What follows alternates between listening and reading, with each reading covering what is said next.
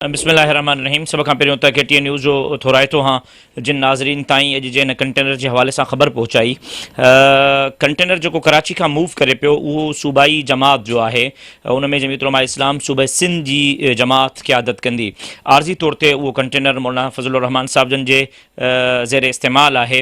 राति जीअं ई काफ़िलो सखर इंशाअल्लाह देर मदेर पहुचंदो, सुबुह जो हज़रत मौलाना फज़लुर रहमान साहब जन हिन बम प्रूफ कंटेनर जे ज़रिए मार्च जी क़यादत कंदा ऐं इस्लामाबाद ताईं सफ़र जो आगाज़ कंदा। हिन कंटेनर में सभ खां पहिरियों त तमामु टीवी जी सहूलियत आहे।